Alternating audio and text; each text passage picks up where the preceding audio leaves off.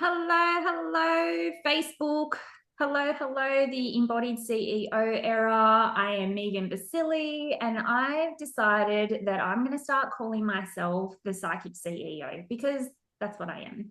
And I have the beautiful, wonderful Louise Kirk here. Thank you so much for joining me, Louise Kirk. We've got such a good vibe going on, don't we? Oh, we sure do. We could talk for hours. Good. All right, good. Don't worry, this is not going to go on for hours. Just relax and take a chill pill. But I reckon we could talk. We probably would solve all of Australia's problems together. I reckon we could. Yep, over a glass of wine. It could Glass of happen. wine. Yeah, cup of tea, maybe some chocolate. I don't really eat chocolate anymore. But anyway, back to the point of the interview here, Louise Kirk. For somebody meeting you for the first time, how would you describe the work that you do?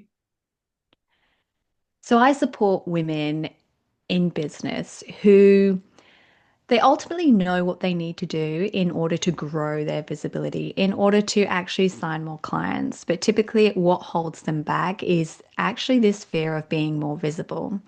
And I typically break this down into three different parts. So there's that fear of judgment and rejection. So that often shows up for my clients of, they are showing up, posting consistently, but what they put out there is very much safe. They know, they've seen it before. They know they'll be accepted, or they stay in their own little bubble of perhaps it's their Facebook page where they know everyone's cheering them on, but they know that they actually want to get their message out there. So some of my clients have these dreams of standing on stages or being a guest on a podcast or just sometimes having that confidence just to do a live, right? It varies, but they hold themselves back. And so that's that overcoming the fear of being visible. Where that also typically shows up is in this fear or avoidance of sales.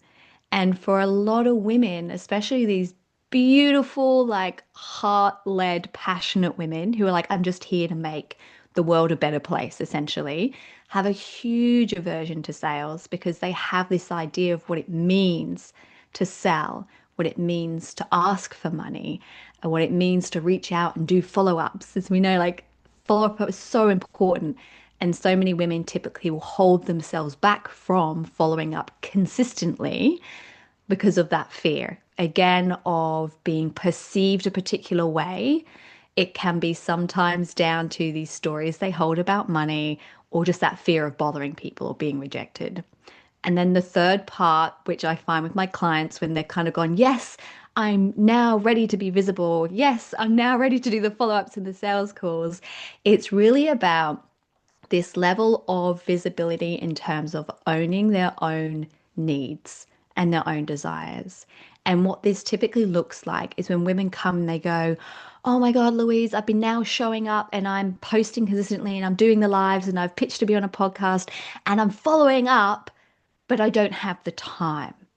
And I Mm. think as women, we all sit there going, yep, yep, we don't have the time. And when you really look into it, it's typically because as women, they're holding too much of the load. Like they're mums, they're running a business. Maybe they also still have a job. They've got fur babies and horses, and they've got like just so many things. And ultimately, when it comes down to is usually they're not able to articulate their needs very well, whether it's in relationships, with other people. They're not fully aware of what they want themselves, so they can't articulate it, or they have a communication style which is actually quite damaging to the relationship rather than being able to actually get the support they want. And so, as women, typically we go, well, no, we just must carry it all. And Mm. so we kind of push down our own needs, our own wants, our own desires for everybody else. And so it's really being able to allow women to have the visibility in that space too, because it's great if you can show up. It's great if you can do the sales calls. But if you're burnt out at the end of the day or you just don't have actual time or capacity for your business, then it's that lead into burnout and struggle and resentment in relationships. And so when I talk about supporting women to have that confidence to be visible, it's really around those three key areas. Yeah, I love that because what I know to be true is that the more, like in that last piece, the more that you hold on to as females, like we've got, like you said, we're some people are still working and trying to grow a business and got kids or fur babies and or both. And then you've got the washing and all that other kind of stuff. And like the more that us women hold on to all that, the more likeliness, it's not just burnout, it's there's so many autoimmune diseases and problems and issues and chronic pain and chronic illnesses and chronic fatigue and all that kind of stuff. And it hits you like a ton of bricks. It comes out of nowhere. And it's because your system just goes, you know what? Let's not do this anymore. And let's cause this really huge thing to make you stop. So if you're not stopping and listening to what your needs are and then being able to voice it, like you said, people just get sick. They do. That. Like, yeah. And what I also found quite a lot as well for my clients is they'll be, again, showing up doing all the things, but then they'll have this perception that if my business actually grows, I'll have more responsibility. And I'm already carrying too much responsibility. So at this subconscious level, they're like, well, actually, I don't really want that because I have no capacity right now. Mm, Until someone else takes some of that load, they have, at least in their mind, no capacity to be actually able to really expand and build their business. And so 100% it makes them, leads to the immune diseases like you've mentioned, but also it can lead them to take this like actual step back from that level of success that they could actually achieve. yeah. I had somebody at some stage that's like, by the time I do all the things in my day, and then I finally have some moment to spend some time on my business, I'm just so tired that I don't. So you help with that side of things as well. Yes. Love that. Love that. I feel like that's a big thing that's like, I don't know. I think people know it on a conscious level, but it's not talked about enough, potentially. Absolutely. And a lot of it's this expectation society that we've been training, women, especially of kind of like our generation and after, of like, you can have it all, but you never really said, but you'll have to do it all. So Mm, we kind of go with this, but I should be able to do it all because I'm told I should have it all. And so we kind of just continue to keep taking on more and more and more and more and not, actually kind of realizing that's actually not normal. Like mm, that's not actually how it should be just because we're told you can have it all. You mm. can, but not probably in the way that you think you can have it. Yeah, because I was talking to my mum. My mum's 70, and I was talking to my mum, and I was like, she is probably one of the first generations where both parents worked. So like before that was just the dad that would work and the mum would be at home and raising the family. And then her mum had to work. So she had to do a lot, but her brothers didn't have to do a lot because it's the women, like, it's been passed down through the women. We have to do all the things. And like now in my generation, like my husband helps me out quite a lot. So it's like finally the men are starting to understand that it's a joint thing and that the women, like I remember my dad helping my mum, but not to the degree that my husband helps me. You know what I mean? So it's like it's a women thing. It's like no wonder so many women have autoimmune. And then that just that burnout. It's like if one more person asks me to do one more thing, I'm gonna scream. Absolutely. And Mm, it's men have had to adjust too, right? Because they've grown up again being like, this is your role and this is the woman's role. And so they are, you know, there are many men who do take on a lot more and there are men who don't. But also sometimes I found with clients of mine is they are resentful for their partners not doing more. But they're also kind of still holding on to this idea that they should be able to do it. And mm, it's almost this sense of, but if I admit I can't do it, then there's something wrong with me. Like I just can't hold it all, especially if they're very high achievers and they're used to mm, doing that. And then they also kind of like doubt in their mind, is this right for me to give to my man to do? or they hold on to, they want to delegate, but they don't give away responsibility. And I Mm, talk to my clients a lot about this, especially ones who go, I asked them to do this, I asked them to go to the shops and they forgot this and this and this and this. And I knew this was going to happen. And then I had to step in and I'm like, well, that's because you delegated a task, right? You kept the responsibility. mm, Because if it was their responsibility, they would have to do the cleanup and it was nothing to do, it's not yours, right? When yeah. we're still holding on so tightly to the control and the responsibility, then of course you step in, right? Because you're like, well, I have to clean this mess up now, and Mm, never fully giving them responsibility in the first place. And so there's all of these kind of nuances in the way we communicate and our relationship and our culture and society that really I think mostly we are unaware of. mm. And there's so much more that I feel like I learn even when I'm more aware of it. I'm like, Yeah, oh my gosh, yeah. every day I'm like, I didn't realize these things. And so we typically just go to our default. And our default was usually, how we were raised, kind of the Mm, social cultural being of growing up until we have that realization. And it's when we have that realization that we start to be able to actually ask, well, what do I really want? Like, mm, what support and being really specific. Like when women go, I just want to be more supported. Well, what do you really want? Like, is support for you? You just want someone to come home at the end of the day, give you a hug and be like, well done, right? Especially, I spent many years as a stay-at-home mum before I started my business. And I remember my husband would come in and I'd be like, yeah, I did this today and this today. And all the stuff I was listing off was like so boring, right? Like it was like we went to the park and we did the food shopping and we're like, not like, and he'd be like, oh yeah, okay. And I'd feel so deflated because what I really wanted and was not able to articulate is for him to go, oh my gosh, you're doing an amazing job. Like I know this stuff is boring, but and I just needed that kind of validation or confirmation, like you are doing a good job. Because before that, I had always been in jobs where people were like, you're doing a great job.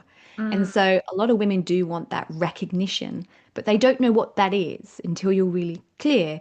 For some women, it might be, I need you to do the laundry, or I need you to take the kids, or I need you to, and until we're really crystal clear about what support we need and why it's important for us, it's very hard to then actually the other person to understand and fully understand. I kind of always say it's like think about writing a manual for you, like yourself as a manual and almost like IKEA furniture, right? You have to put the instructions down or they're not going to understand what it is. You're just going to get a jumble of like all yeah, sorts of things as yeah, they wildly guess what support means. yeah. It's like I seen this TikTok, I guess it was, and the woman wrote out a shopping list for her husband, but actually just stuck all the empty cartons of all the stuff that they needed on this big thing. It's like this brand, this size, just take the whole thing and go through and what matches. It's like that kind of thing. Like you do need to Yeah, be specific. I need washing detergent, and then they come back with the wrong washing detergent. They don't know what you washing weren't detergent. specific. You weren't specific. Yeah, I was talking to my client yesterday about something similar. I was like, you're working towards success, but what does success look like to you? Oh, I don't know. Well, how can you chase an invisible version of success that you don't even know what that is to you? So it's the same kind of thing, I guess. Like you just kind of chasing and this validation or this whatever it is, but until you can actually name what you want, how can they provide it? Exactly. And When it's usually they're chasing a feeling, right? They're chasing a yeah, feeling. It's like, I want to feel supported. I want to feel recognized. I want to feel. And a lot of the work that I then do is like, well, first of all, how do you get that internally for yourself, right? Because sometimes other people do appreciate you. They are supporting you. They do love you, but you can't feel that either because you haven't fully articulated what that is for you. They think they're giving you love and maybe you receive love differently. But mm, also, if you have all these stories in your mind about how you are unloved, you'll never really be able to feel that sense of like, oh, they really love me. Or if you always have these ideas of like women are never appreciated, then you're never really going to see how much they appreciate you. yeah, exactly. So just like going back to the visibility aspect of it, there's so many different versions of visibility as well, as you know, and it's like there's so much. Maybe it's not so predominant now, but we've all kind of been ingrained in this thing. You have to show up a certain way. Like when I was first introduced into coaching, it was for my hairdressing salon. And it was like, you have to get up at 5 o'clock in the morning if you want to be successful. You have to do this if you want to be visible. You know, you have to dress a certain way. You have to talk a certain way. You have to do this a certain way.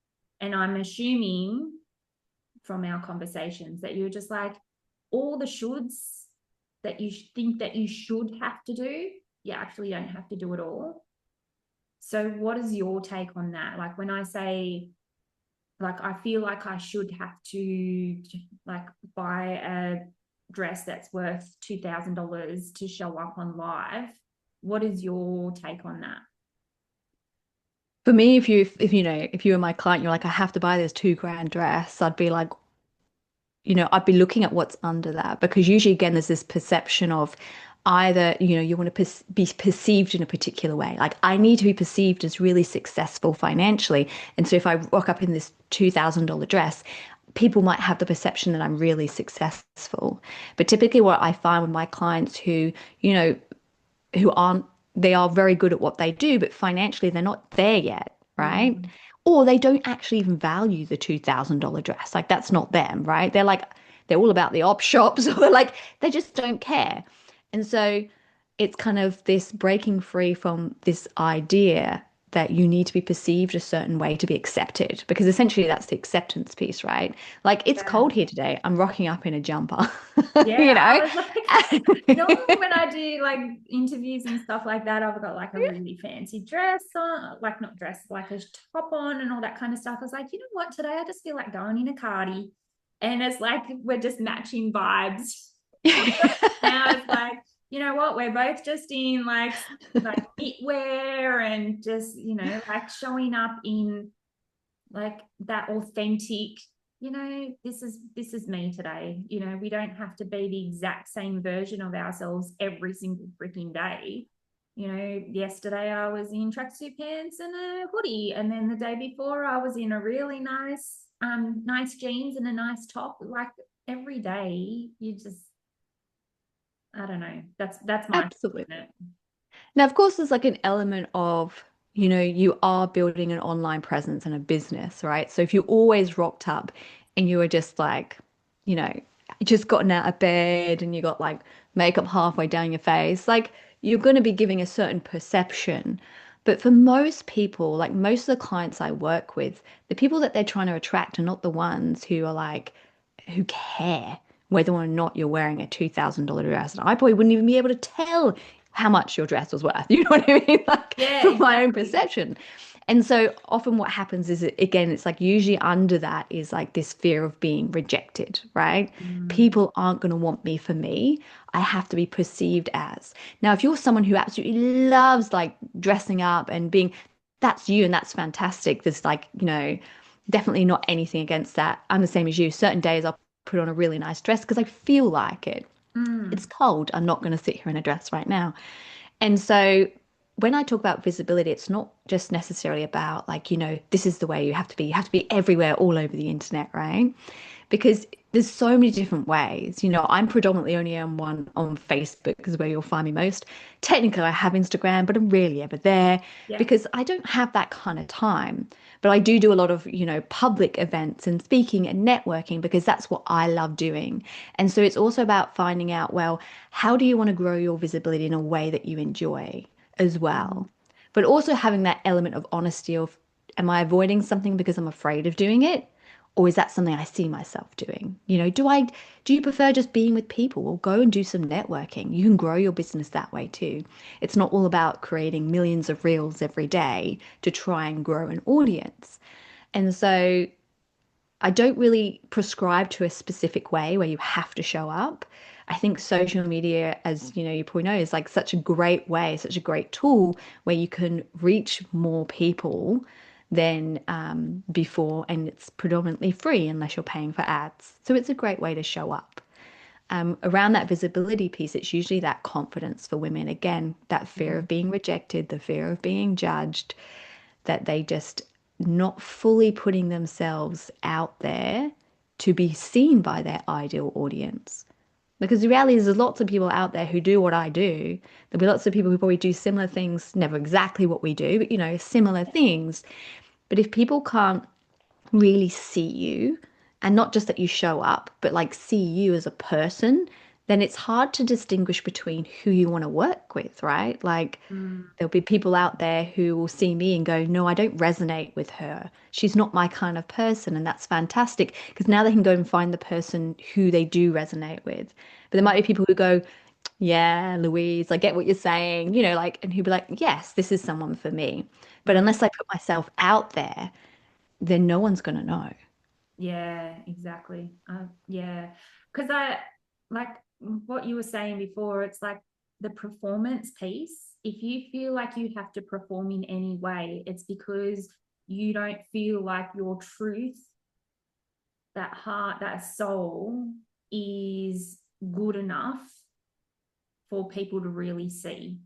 So then you can blame that persona. It's like, oh, it didn't work because I was performing that whole time and nobody actually seen me. So it's the actor's fault, Yes. And it's like, I feel like all these things about, become the best version of yourself and step into that $1 million version of yourself, it kind of hides who you actually are at the core.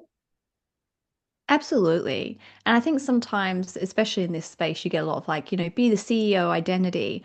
And I remember always thinking like, I don't even know what a CEO does. I don't know any CEOs. Like, what is a CEO identity? And everyone has this own version of it. And also, do I even want to be a CEO? No, I don't. Like, I don't want to run a big multi-million-dollar company. Like, this is not what I want to do. That's not my passion in life. I don't want to be organizing all these people. And so when you talk about sometimes, I do a lot of identity work with my clients, but what people kind of don't understand often is identity is always evolving anyway. Like you were Mm, not the same you that you were 5 years ago or 10 years ago or like before you had kids, right? We're so different and we are always evolving in terms of identity. It's just that when we focus on, but what kind of person do I want to become? And for some people, that's also really hard because they're like, I don't know who I want to be. Like, yeah. did we ever know? Like 5 years ago, we weren't looking back going, I want to be this person. But you might have ideas of like, but I want to be able to do this thing, Mm, right? Like, mm, so maybe it's like, oh, I want to be able to stand on stage and talk to people, but I'm not that person now. But then you develop the skills and the confidence and you step into that version of that person. yeah. And so sometimes it's just being more aware of what you don't want. Like, I don't want to be the one who's not fully showing up or avoiding sales calls or avoiding difficult conversations. Like, and then stripping that away to allow you to become that next kind of version. And it's never this overnight, thing where you just go on a retreat and you come back a different person. Typically, people then go back into who they were before.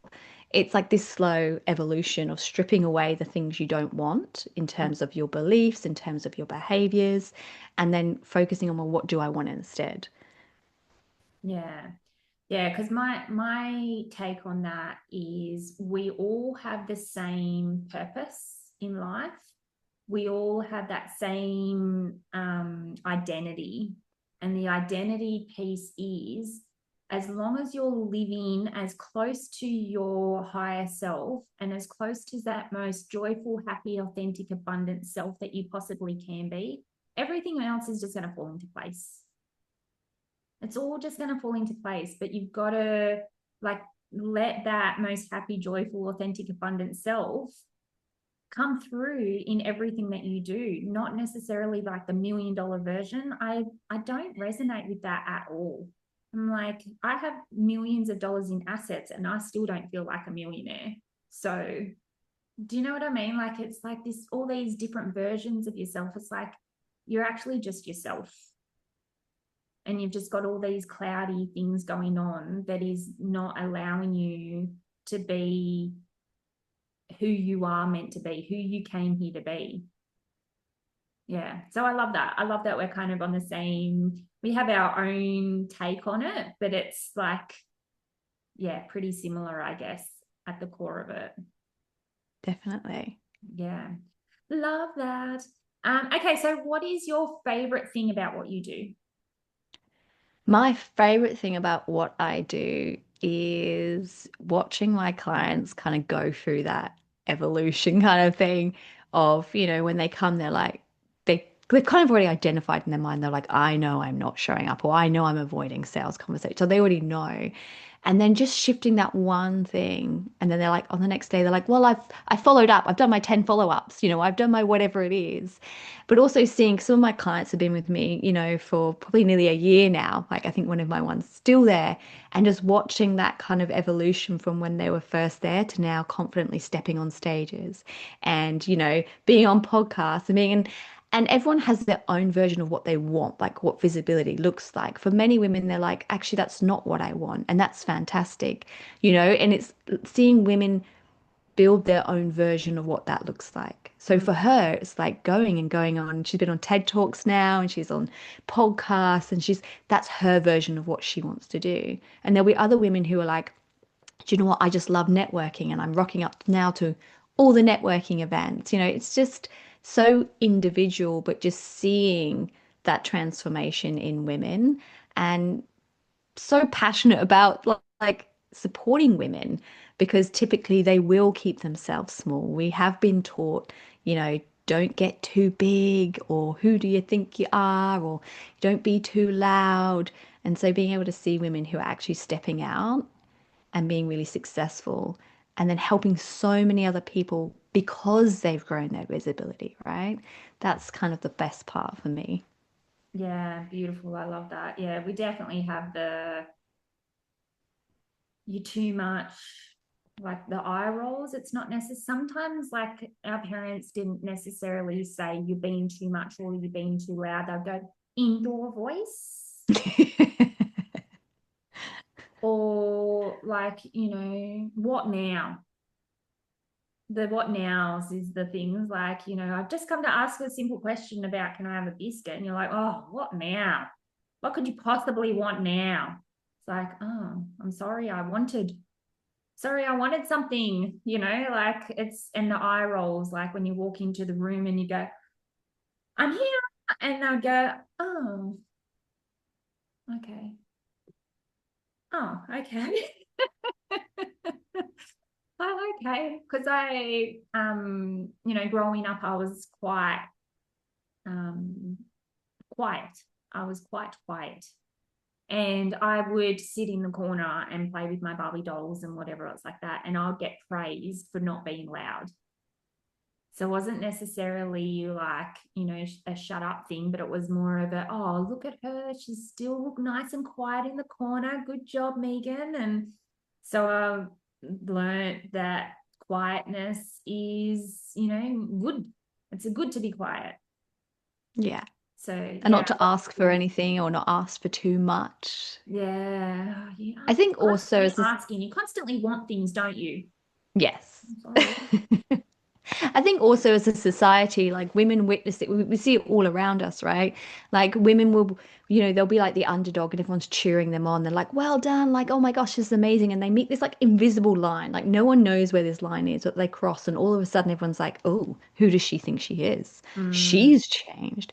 And we see that a lot, we see it with celebrities. We see that with, women in business. We see that maybe with like around friends or family that we've maybe witnessed that where all of a sudden, and we say, oh, they've changed. But of course they've changed, right? Because the person that you are when you just first start a business is not the person that's going to take you to, you know, the really successful business. You will change. It's like a huge development journey, but you'll change for the better, you yeah. know? And so you will change, but it's like, and so women kind of also don't know where the line is, right? Mm, We look, we go, well, we saw this happen, even if it's a subconscious level, and now everyone doesn't like that person. Like we don't want to be that. We don't want people to say that about us. And mm, so kind of like that, where is the balance? Where is the line? And so typically women, we want to keep ourselves safe. We'll stay as far below that line as we can to make sure that, actually we feel safe and we feel accepted. yeah. The thing that came to mind when you were talking about that was even like Rebel Wilson. Like she was quite a hefty woman. And then she got to the point where she was actually, you know what, I'm going to start looking after myself. And she lost a whole bunch of weight. Like she fell in love. And it was like, now you don't see her in many movies at the weight that she is now. And it's like, well, she's not the same person. Well, she is. She's just a smaller version of that Yeah. as well. Like, good on her. Like, oh, you know, you started looking after yourself. Is that such a bad thing? And that's what's in the media at the moment. And us women, we subconsciously take that on board. Or oh, when she changed and now everybody hates her. Yeah. Yeah, I didn't realize like the bigger impact of that, seeing all that happen in socials and yeah, it's quite interesting, hey, how we take on things that we don't even realize that we're taking on. Take on so much. And that's Yeah. why there's always so much more to discover, I find. You find one thing and then you find another thing and you find another thing because we are just like, little sponges absorbing everything, even as adults. It's not just through childhood. And, our predominantly what we want to do is keep ourselves safe. And to be safe, we want to feel accepted and we want to feel loved and supported. And so anything that we feel like, oh, that's a possible threat to that, people are going to judge me or reject me, or there'll be some kind of negative consequence. Even if like where we're at right now is painful, right? Like, because it's painful for women who are so passionate about what they do, but they're not making enough money, right? It's a painful position because they know they can't support themselves. They can't support their family. This passion and dream they have might not work. But even in that discomfort, it still feels safer sometimes than actually stepping out and doing what needs to be done to build the business to the point where they can do what they love and be able to support themselves. Yeah, 100%. There's so many talented women out there that are like, no, not making nowhere near enough money for the level of work that they do. Definitely. Okay, cool. So what are you offering at the moment? What are you selling? At the moment, so you can come and find me on Facebook at any time, and so that's my main platform. But at the moment, I'm working predominantly one-on-one with my clients because that is the work that I love the most. Mm-hmm. And so if you are thinking like, oh, maybe I need your help right now, then just feel free to reach out in the DMs and we can just hop on a call and talk about what that looks like. But also just start to really uncover for you specifically, well, what is that thing that's holding you back from being more visible? Whether that's your actual, visibility in terms of being seen in sales, or as I said, quite often it's behind the scenes where perhaps you kind of know, like, or I always say I never have enough time, but I don't know what to do about that, right? And then we could hop on a call and you'll always leave at least with your next steps so you know what to do. Whether you ever end up working with me personally or if you go, okay, I'm going to go find my other person who's the right person for me, or you just want to go about your own ways if you have your own tools, then at least you know the next steps that you can take. Yeah, beautiful. So people get in contact with you mainly through Facebook? Yep, I'll be there. You'll be there. Amazing. I love that. Something came through, and I've lost it. So it obviously was not important. It wasn't important enough for it You'll to remember as soon come as you through. go, as soon as you hang up, you'll be like, that was the thing. What was the thing? Yeah, that kind of happens sometimes. It's like, oh, I have a thought. Maybe it was just supposed to be a thought. It wasn't supposed to be an actual question here. So I always trust what comes through, and what leaves for a reason. I just want to ask you one thing. When you were saying like whatever that version of success or whatever that version of visibility or whatever that version of your business is for you, do you find that there is, because I see it too, when I'm like on social media and when I'm talking to my clients and when I'm talking to clients that like potential new clients, there's this not only this pressure to be visible in a certain way, but also this pressure to want to do business in a certain way as well.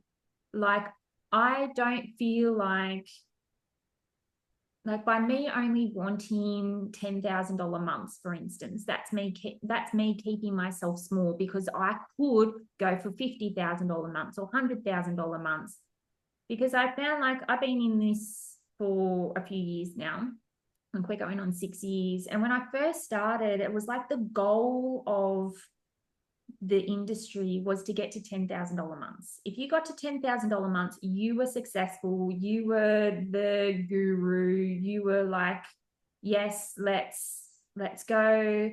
And now it seems like it's $100,000 months. Like, you're not really successful unless you're making $50,000 or $100,000 months. And now it's even going bigger than that. I feel like it's getting to like the $1 million months. Everybody's after this $1 million month. And I look at that and I just think, that me, who I am now, I don't want that.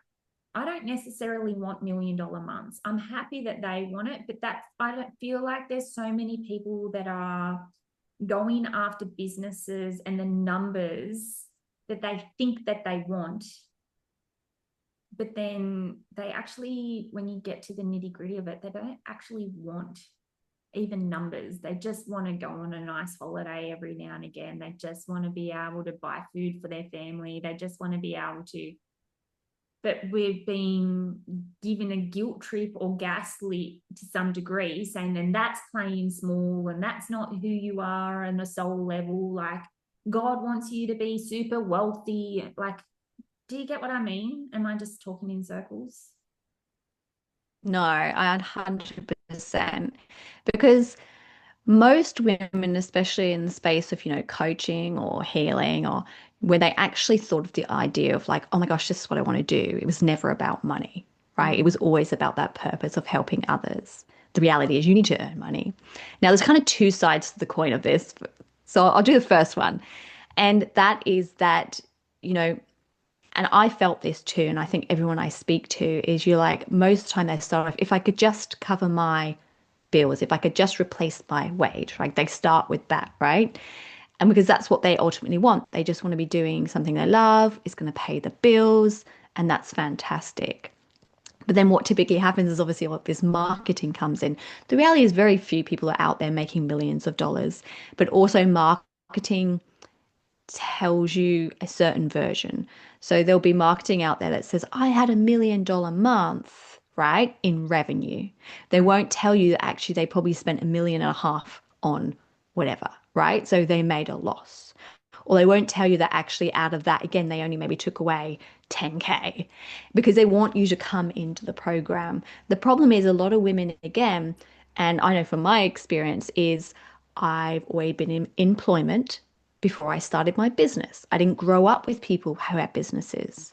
And so a lot of it was I'm learning from everybody else. And again, with that like employee, I guess, an educational mindset of you educate me, I will implement. You tell me what to do, I will do it. And so you're always taking on everyone else's version of how they run their business, everyone else's version. And it's not that those versions are wrong, but often it's not right for you, right?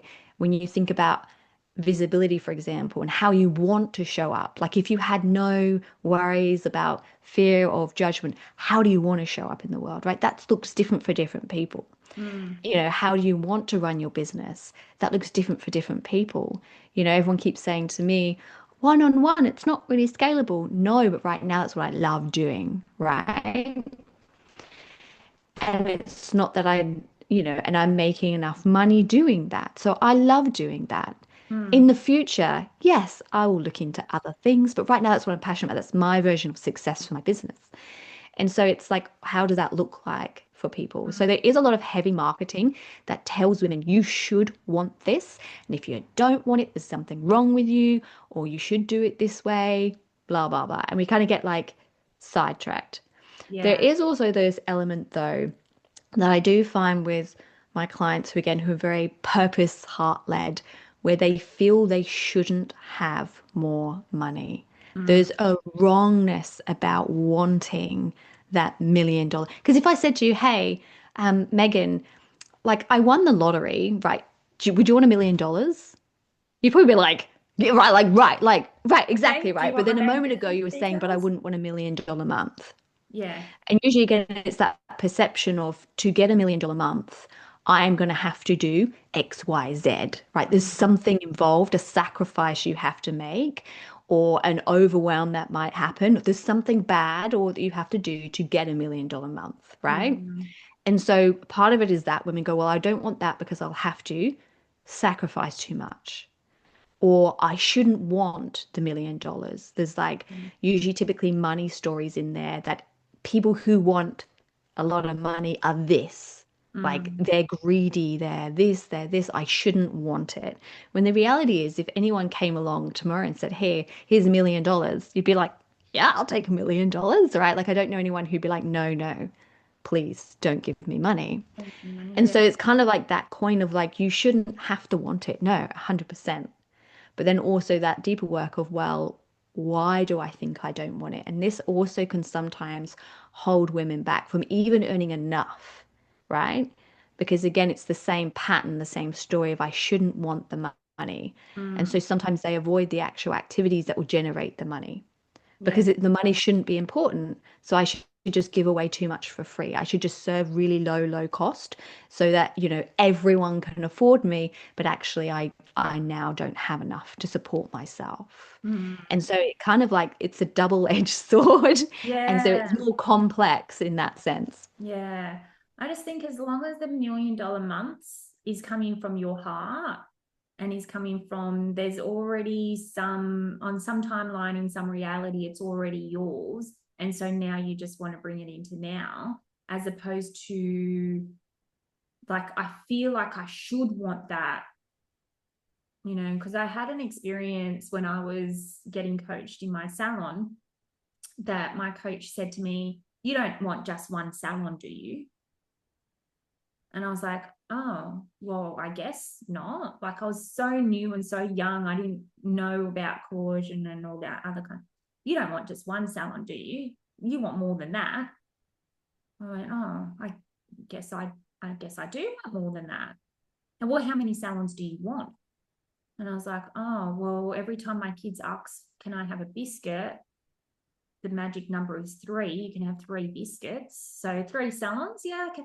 And is that the salon that you currently have? You don't want just a home salon, do you? You want to have like big salons that are like, and I was like, yeah, I guess. So I didn't want that, but I was Yeah. kind of like, I don't know, gaslit into wanting more than I actually wanted. Yeah. And so you've just got to be aware of, is that truth for you, or do you see people celebrating $1 million a month and think, well, if I don't want that, then there's something wrong with me? That's where 100%. And that yeah. comes down to like again, like your version of success. I have clients who are like, again, their version of success is that, and part of my version of success is I drop my kids off and I pick them up. Right. So Mm, my work days are a lot shorter because that's my part of my version of success. Right. yeah. And so and a lot of women don't necessarily know what that version of success looks like. And it doesn't have to be, the 10 years into the future. Like some people are really like that far mind. I can't do 10 years into the No, future, me but it's like, neither. what's success for me this year? What does my day look like? What am I doing? How am I spending my time? Of course, there's an element of reality of you will in business have to do some things that you don't want to do that are Mm, boring, like admin, like your finances, right? You're going to have to do them. It comes with the territory. As yeah. much as coaches were sold, you can spend your time doing everything you love, just coaching all day. The reality is you've got to build a business. But ultimately, you get to decide what that success looks like. And there is a trade-off, right? Mm, There's a trade-off of me working, part-time in terms of how I build my business. But for mm, me, that's my version of success. And so you're 100% right, Megan, when you're talking about not being pushed on like by other Yeah. people's version of success. You don't have to be the one who sacrifices everything so you can get the multi-million dollars if that's not your version of success. Yeah, 100%. I love that. So let's finish off with, what is your biggest hope for humanity? We had a little chat about this. We did. My short version was that everyone stops being an ass, but my longer version was that we get to create more equality. Like I definitely see this division going on in the world. And the reality is, if you look back in history, there always was, unfortunately, where there are people who are persecuted for, being different. But I definitely feel like with the world of social media right now, some of those voices that really promote this division, whether that's between men and women or different types of people or people from different countries, like those voices get really loud and they get amplified. And so a part of the work that I love doing is being able to support all these women who have these voices that essentially counteract all of that, like, the manosphere and all of those things that are out there right now that I just think, oh my gosh, I feel for my girls. Um, they get to actually grow their voice, and I want their voices to be far louder than all the other, idiots out there who are kind of creating this sense of division, who are creating a lot more hatred, who are creating this sense that, telling us our biggest value should be money and forget everybody else or whatever that is, right?